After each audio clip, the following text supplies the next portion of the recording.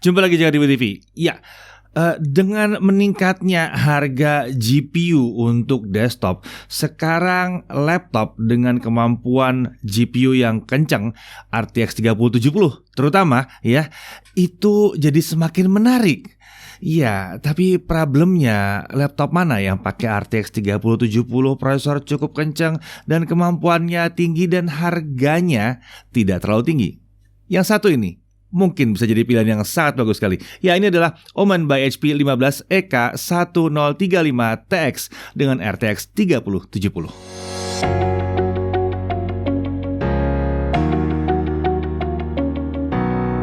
Ya, yang di samping saya ini adalah sebuah laptop Omen by HP 15 EK1035TX ya.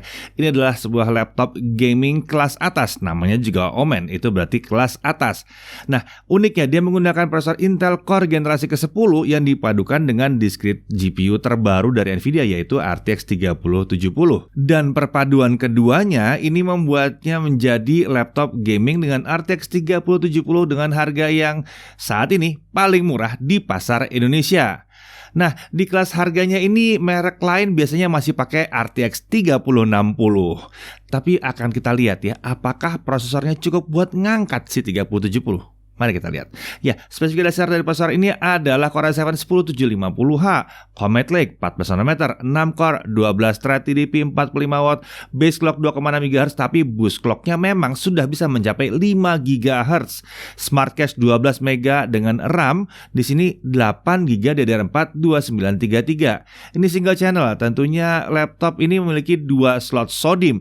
Jadi kalian bisa upgrade ke 16 GB yang kami akan sangat sarankan sekali, mengingat harganya yang bukan di kelas belasan juta tapi performanya udah gila-gilaan. Jadi kayaknya 8 GB ini agak sayang ya, harusnya nambah aja langsung jadi 16. Untuk SSD dia menggunakan 512 GB SSD M.2 NVMe ya. Masih ada satu slot M.2 lagi tambahan untuk nambah kapasitas. Masing-masing slot M.2 sudah pakai heatsink, jadi dia bisa lebih dingin ya bekerjanya. Jadi mau dipasang SSD super kencang nggak ada masalah di sini. Untuk GPU dia pakai Nvidia GeForce RTX 3070 laptop GPU dengan nilai maksimum graphics power di 100 watt. Menurut Nvidia ya, RTX 3070 laptop ini punya rentang power antara 80 sampai 125 watt. Jadi kalau ditaruh di 100, berarti ini performanya di-tuning di tengah-tengah ya. Dan untuk VRAM-nya dia 8 GB, GDDR6, gede banget. 5120 CUDA cores. Ini untuk content creation gila nih harusnya ya. Hal menarik lain adalah fitur resizable bar sudah aktif di laptop ini. Fitur ini memungkinkan prosesor untuk mengakses penuh seluruh kapasitas VRAM pada GPU discrete. Dan ini harusnya bisa meningkatkan performa gaming pada game-game tertentu. Lalu untuk integrated graphics masih ada Intel UHD Graphics yang defaultnya ini IGP-nya dalam kondisi tidak aktif. Tapi ada menu untuk mengubah mode GPU pada software Omen Gaming Hub dengan opsi Hybrid Mode, di mana IGP dan discrete GPU itu aktif barengan. Mode ini disarankan pada saat mobilitasnya tinggi ya, dibawa keluar ruangan gitu ya. Jadi bisa ganti-gantian gitu ya. Dan ini bisa membantu menghemat baterai. Hal ini juga bisa membantu pada saat kita menggunakan software yang membutuhkan akselerasi Intel QuickSync, seperti mungkin pakai OBS atau yang lainnya ya. Lalu ada lagi mode discrete mode, di mana integrated graphics ini dimatikan dan hanya discrete GPU yang aktif. Ini memastikan game atau aplikasi pasti menggunakan GPU Nvidia. Nah, untuk wireless connectivity dia menggunakan modul Intel Wi-Fi AX201. Ini support Wi-Fi 6 atau Wi-Fi AX. Dan ini sudah mendukung multi-user MIMO dan gigabit Wi-Fi. Versi Bluetooth-nya tentunya 5.2. Sistem operasinya Windows 10 Home. Untuk body, form factor-nya clamshell atau laptop klasik. Materialnya kombinasi logam dan polikarbonat. Untuk desain dia mengusung konsep desain simple, minimalis, sama seperti Omen generasi sebelumnya. Tidak terlalu banyak kelihatan kesan gaming karena minimnya ornamen gaming yang terlalu mencolok. Jadi kelihatan lebih formal. Cuma kalau dilihat memang ada part-part yang masih gaming gitu ya. Cuman nggak kelihatan dari luar lah ya. Nah, ada logo Omen baru dengan tulisan Omen yang tampak samar. Jadi nggak terlalu mencolok juga. Terdapat desain lubang-lubang kecil membentuk motif segitiga di bagian atas keyboard yang berfungsi sebagai ventilasi udara tambahan. Ini bukan speakernya ya. Nah, untuk warna ini adalah shadow black. Dimensi panjang 35,7 cm, lebar 23,9 cm, ketebalannya 2,29 cm. Untuk bobotnya laptop laptop ini di kisaran 2,1 kg dengan charger 512 gram. Total berat kalau dibawa-bawa masih ada di kisaran 2,6 kilo. Untuk layar, ini adalah layar 15,6 inci, resolusi Full HD 1920x1080, panel IPS 144 Hz. Jadi ini layar yang cocok buat gaming ya. Color gamutnya 72% NTSC atau sekitar 100% sRGB. Jadi dia juga cocok untuk content creator. Mantep banget. Lalu tingkat kecerahannya adalah 300 nits. Permukaannya juga anti glare atau matte. Jadi kalau mau bekerja di ruangan yang mungkin atasnya ada lampu-lampu gitu ya, atau di luar ruangan, itu nggak banyak pantulan-pantulan yang mengganggu. Dan layar ini menggunakan micro edge display. Di sisi kanan kirinya tuh tipis. Sisi atas sih sedikit tebal karena ada kameranya. Nggak ada masalah dong. Ini adalah kamera 720p 30 fps. Nah, lalu untuk audio dia menggunakan speaker stereo dari Bang & Olufsen. Lubang suaranya ada di sisi samping bodi mengarah ke permukaan meja, kalau kalian terletak meja tentunya ya. Tersedia software Omen Audio Control untuk mengatur audio profile dengan kualitas suara yang lumayan mantap yang satu ini. Nah, untuk konektor di sisi kiri kita lihat ada satu DC in, ada satu Ethernet, ada satu USB 3.2 Gen 1 yang 5 Gbps. Ini mendukung fitur HP Sleep and Charge. Lalu ada satu HDMI 2.1, ada satu 3,5 mm audio combo jack, dan ada satu SD card reader. Di sisi kanan ada satu Thunderbolt 3. Wah, ada Thunderboltnya ini. Ada satu Thunderbolt 3 yang mendukung display out dengan protokol DisplayPort 1.4. Dia juga support protokol USB 3.2 Gen 2 yang 10 Gbps. Dia juga sudah support fitur HP Sleep and Charge, dan tentunya dia support penggunaan perangkat Thunderbolt 3 seperti eGPU dan external storage. Lalu ada satu mini DisplayPort, ada dua USB 3.2 Gen 1 yang 5 Gbps. Nah, beralih ke keyboard, ini adalah full size keyboard dengan layout khas Omen ya. Layoutnya sama persis seperti Omen generasi sebelumnya yang pakai prosesor Intel juga. Ini masih ada numpad-nya di sisi kanan. Ini sangat menguntungkan buat kalian-kalian yang butuh ngetik pakai numpad ya. Sayangnya tombol anak panahnya itu ukurannya sedikit lebih kecil dari yang lain. Keyboard ini mendukung teknologi 26 key rollover dan anti ghosting ya. Lalu terdapat tombol khusus untuk memanggil software Omen Gaming Hub dan kalkulator. Tombol power ini juga menyatu pada tombol layout keyboard ya. Tapi nggak perlu khawatir kepencet karena letaknya tidak di posisi tombol delete. Dan tombol power juga terasa lebih keras. Kalau nggak terasa kepencet, laptop ini tetap nyala dan baru mati kalau kita tekan tuh lama tuh baru dia bisa mati. Tombol-tombol di keyboard tentunya dilengkapi dengan backlit RGB yang terbagi dalam 4 zona warna. Pengaturan warna dilakukan di software Omen Gaming Hub. Tersedia juga pengaturan tingkat lanjut untuk warna dan efek yang dapat dilakukan di software Omen Light Studio. Sayangnya hanya terdapat satu tingkat kecerahan saja, cuma bisa on atau off saja. Nah, untuk touchpad itu posisinya sedikit ke kanan dari spacebar. Ini membuat aktivitas ketik jadi lebih nyaman karena meminimalkan kemungkinan touchpad tersentuh oleh telapak tangan. Jadi karena dia cuma sedikit ke kanan, nggak terlalu ke kanan. Touchpad ini tentunya tidak memiliki tombol klik kanan dan klik kiri, dan dia sudah support Windows Precision Driver. Mari kita langsung masuk ke pengujian performa aja deh yang udah ditunggu-tunggu dari tadi ya. Tapi untuk menguji performa kalian harus tahu dulu bahwa ada software Omen Gaming Hub. Ini adalah software untuk laptop gaming Omen by HP dengan basis Intel yang punya sejumlah keunikan khusus. Salah satunya seperti adanya menu graphic switcher untuk mengubah mode grafis, apakah sepenuhnya disk GPU atau switching antara IGP dan disk GPU. Menu performance control juga tersedia di sini yang menyediakan pengaturan performance profile maupun kecepatan kipas. Untuk performance profile ada pilihan balance dan performance. Sementara untuk kipas itu ada max, ada auto, dan ada manual. Dan yang menarik ada undervolting. Iya, voltasenya bisa diturunkan. Ini fitur unik laptop gaming Omen by HP yang hanya ada kalau pakai prosesor Intel. Ya, fitur ini udah pernah kami bahas pada review laptop gaming Omen by HP terdahulu yang juga pakai prosesor Intel. Undervolt ini dilakukan untuk menurunkan nilai voltase prosesor sehingga prosesor dapat bekerja dengan daya yang lebih irit dan suhu yang lebih rendah. Nah, proses undervolt pada laptop ini diklaim tidak mengurangi performa dari prosesor tersebut. Tersedia 3 opsi undervolting pada software Omen Gaming Hub. Yang pertama adalah off. Yang kedua adalah intelligent. Pada mode ini software Omen Gaming Hub akan secara otomatis menguji dan mencari nilai voltase terendah yang stabil untuk prosesor. Mode ini cocok untuk kalangan pengguna awam yang tidak terlalu ngerti undervolting tapi pengen nyobain. Kemudian ada custom. Ya, pada mode ini pengguna dapat dengan bebas ngatur sejauh mana pengurangan nilai voltase prosesor sehingga lebih cocok buat digunakan buat mereka-mereka yang sudah ahli atau para overclocker ya. Di sini terdapat slider yang dapat digunakan untuk mengurangi voltase per 0,005 volt dengan nilai maksimum penurunan di 0,995 volt. Setelah melakukan undervolting, pengguna dapat menjalankan fitur stability test yang disediakan pada software Omen Gaming Hub. Perlu diperhatikan bahwa hasil undervolt ini bisa berbeda pada setiap laptop, mengingat kualitas silikon setiap prosesor itu beda-beda. Jadi kalian memang harus tes sendiri, tiap laptop akan beda ya.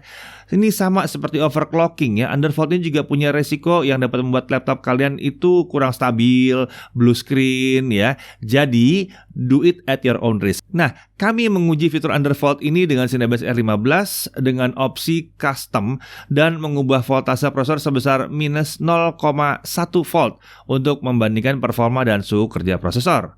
Ya, sebagai catatan, semua pengujian nanti akan dilakukan dengan mode performance, fan-nya maksimum, GPU discrete only kecuali pada penggunaan baterai ya. Nah, untuk performance konsistensi kita coba dulu pakai Cinebench R15 20 kali loop. Pada mode performance skor tertinggi ini prosesor Intel Core i7-nya mampu mencapai 1366 poin. Yang uniknya tidak diraih pada run yang pertama. Saat kami coba melakukan undervolt minus 0,1 volt, skor tertinggi tidak mengalami banyak pergerakan dan naik hanya ke 1368 poin. Menariknya, saat di undervolt, skor dapat dipertahankan di sekitar 1350 sampai 1360 poin terus-menerus dari awal hingga akhir pengujian. Kalau kita nggak undervolt, skor itu beberapa kali turun di bawah 1300 ya, lalu naik lagi ke 1350. Jadi terlihat ya, performa prosesornya jadi lebih konsisten ya pada saat kita melakukan undervolting. Nah, Core i7 1050H dengan sustain performance di atas 1300 poin ini tentunya sangat menarik karena biasanya skor di atas 1300 poin itu adalah burst score atau skor yang tiba-tiba muncul aja gitu, bukan skor yang bisa dipertahankan. Nah, karakter performa seperti ini pernah kita jumpai sebelumnya di HP NV15 yang pernah kami review sebelumnya. Oke, tapi tadi kita tesnya pakai Cinebench, itu cuma skor sintetik doang. Mari kita lihat skor benerannya yang kita pakai Blender 2.92, pakai BMW 27 Scene ya. Kalau kita jalankan CPU render dia selesai dalam 4 menit 48 detik. Itu biasa aja. Tapi CPU render dengan CUDA selesai dalam 36 detik. Nah, ini kencang. Menariknya dia punya Thunderbolt, jadi bisa dipasangin eGPU, kita tambahin RTX 2080 Super dan semua selesai dalam 24 detik. Jauh lebih kencang. Jadi kayaknya laptop ini cocok juga sih kalau kalian mau pakai buat editing atau animasi 3D. Mantap ini kayaknya ya.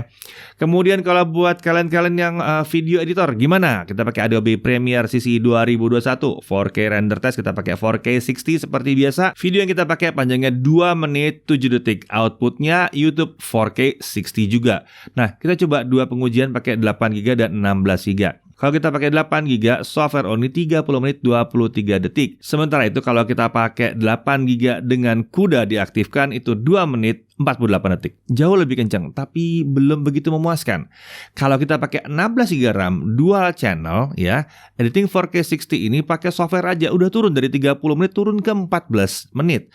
Lalu kalau kita pakai GPU-nya si RTX 3070 yang kencang ini, dia semua selesai dalam waktu 1 menit 57 detik. Super kenceng ini ya. Lalu kalau kita iseng kita tambah lagi pakai eksternal GPU yang pakai RTX 2080 Super, dari 1 menit 57 detik turun ke 1 menit 40 detik. Nah, lalu kalau pakai video Full HD gimana? Tapi kita pakai Full HD 60, jadi sedikit lebih berat ya, atau jauh lebih berat? Ya, lebih berat lah pokoknya ya.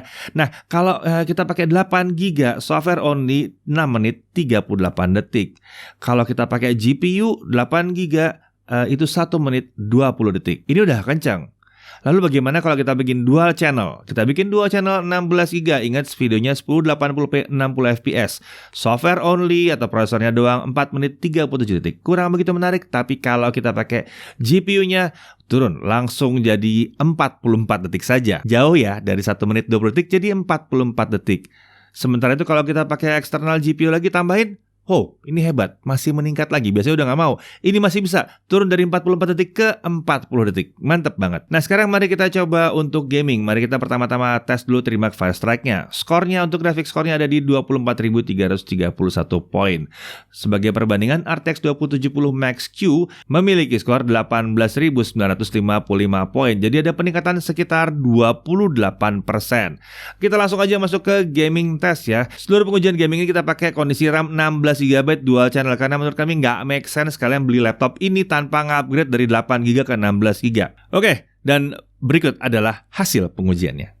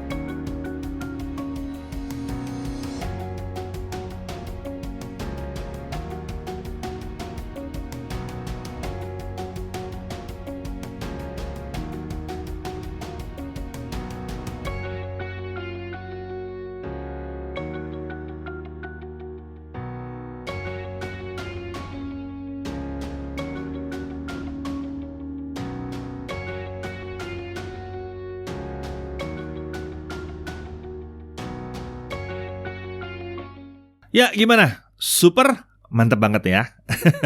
Oke, mari kita lanjut ke storage test ya. Pakai Crystal kita bisa lihat bahwa SSD yang terpasang ini kecepatannya adalah bacanya di 3104 Mbps dengan tulis di 2948 Mbps. Ya, walaupun ini cuma 512 tapi ini kenceng banget ini ya. Oke, kita lanjut ke charging dan baterai testnya. Dengan brightness 50%, volume mode 25%, modenya di balance, graphic switchernya di hybrid, jadi IGP-nya on. Kita bisa lihat video playback 1080p itu bisa 7 jam 20 menit. Ini hasil yang lumayan oke lah, tapi ingat laptop monster ini memang kelebihannya bukan di daya tahan baterai, melainkan di performance yang luar biasa. Oke, untuk charging test dia pas banget mantepnya 120 menit untuk mencapai dari 0 sampai 100%. Ya, biasanya patokan kita adalah 2 jam atau 120 menit. Dia dapat tepat 2 jam. Mantap banget. Oke, sekarang mari kita cek sistem pendinginnya. Nah, pasti kalian mau tahu sistem pendinginnya seperti apa ya. Ini pakai Intel 10 Gen 14 Nano. Nah, sistem pendingin aktifnya namanya adalah Omen Tempest Cooling. Ini pakai 3 heat pipe dan 2 kipas ya. Komponen base plate heatsink juga tampak udah menutupi dan mendinginkan CPU, GPU, VRAM dan komponen VRM. Pembuangan udara panas itu ke arah belakang dan ke samping kanan. Untuk suhu kerja kita pakai software sintetis dulu ya, Cinebench R15 20 kali loop ya. Dalam performance mode sustain di sekitar 87 sampai 90 derajat Celcius tanpa ada lompatan-lompatan. Nah, kalau kita undervolt 0,1 volt ya, performance-nya itu akan tetap sama, tapi kita dapat suhu di 77 sampai 80 derajat Celcius saja tanpa adanya spike atau lompatan-lompatan. Jika dilakukan dengan benar, proses undervolting terlihat dapat menurunkan suhu prosesor secara sangat drastis sambil membuat performa prosesor jadi lebih stabil, nggak naik turun lagi. Kami jarang banget lihat prosesor gaming yang bisa memiliki suhu kerja serendah ini tanpa memberikan penurunan performa saat dibebani Cinebench R15. Oke, kalau GPU gimana? Ya, dengan Trimax Firestrike Stress Test, suhunya itu bisa sustain di 59 sampai 62 derajat Celcius. Lalu kalau pakai aplikasi yang non-sintetis gimana? Adobe Premiere CC Pro 2021 ya. CPU kalau pada saat render itu adalah 55 sampai 67 derajat Celcius dan GPU hanya di 50 sampai 53 derajat Celcius saja. Ini dingin ya, tanpa undervolting pun dingin. Lalu untuk Blender, CPU kisaran 60 sampai 70 derajat Celcius. GPU-nya di 53 53-58 derajat Celcius sambil ngerender. Ini lagi-lagi sebetulnya adem banget. Assassin's Creed Valhalla 30 menit gameplay gimana?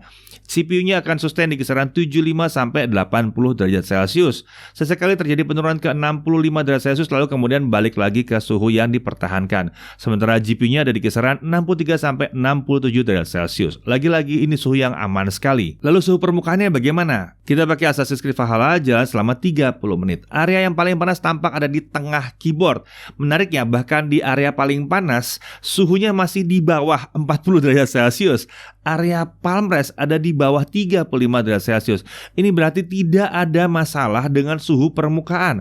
Main game berjam-jam gak ada masalah, tetap nyaman. Seperti yang udah-udah, laptop gaming Omen by HP ini memang sasis barunya ini punya suhu yang bagus banget ya. Oke, pasti kalian penasaran harganya berapa? Oke, harganya ada di 24.999.000. Di harga ini sulit sekali nemu laptop gaming yang sudah pakai RTX 3070.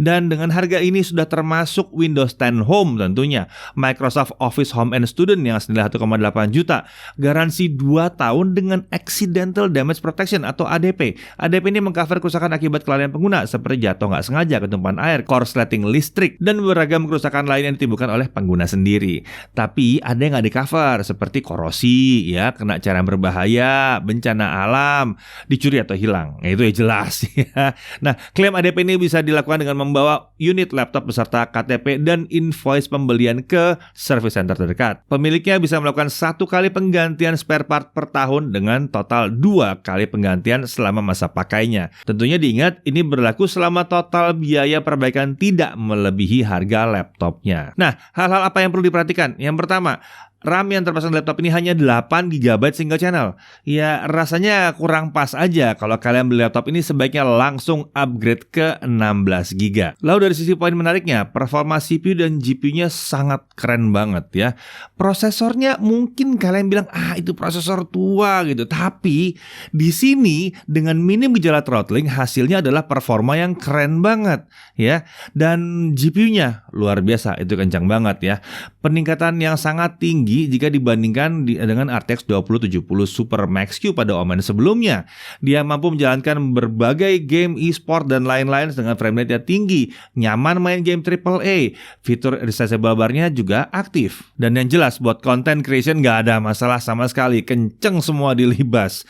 Fitur undervolting ini unik dan menarik dan membuat sebuah prosesor 14 nanometer yang mungkin kalian sudah mau nuduh dari awal bahwa itu panas, bisa jadi dingin banget di sini.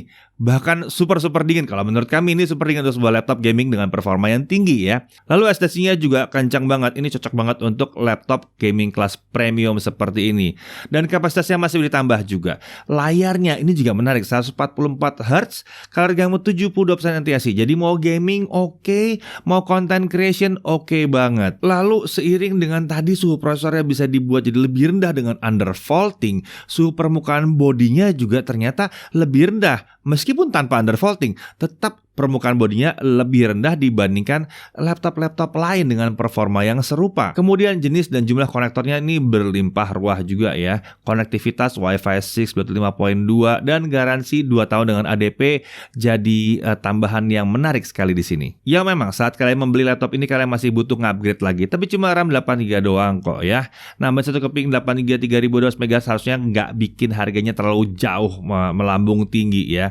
Nah, selama kalian tidak terpengaruh pada skor Cinebench dan nama prosesornya, lalu melihat skor hasil pengujian aplikasi serta gamenya, lalu lihat juga suhu kerjanya, seharusnya kalian bisa melihat kelebihan dari laptop unik yang satu ini. Dengan tuning yang tepat, laptop ini bahkan bisa menghasilkan performa yang tinggi konsisten dengan suhu yang sangat rendah. Dan harganya pun untuk laptop yang pakai RTX 3070 mantap banget. Saya di depan, jangan di PTV.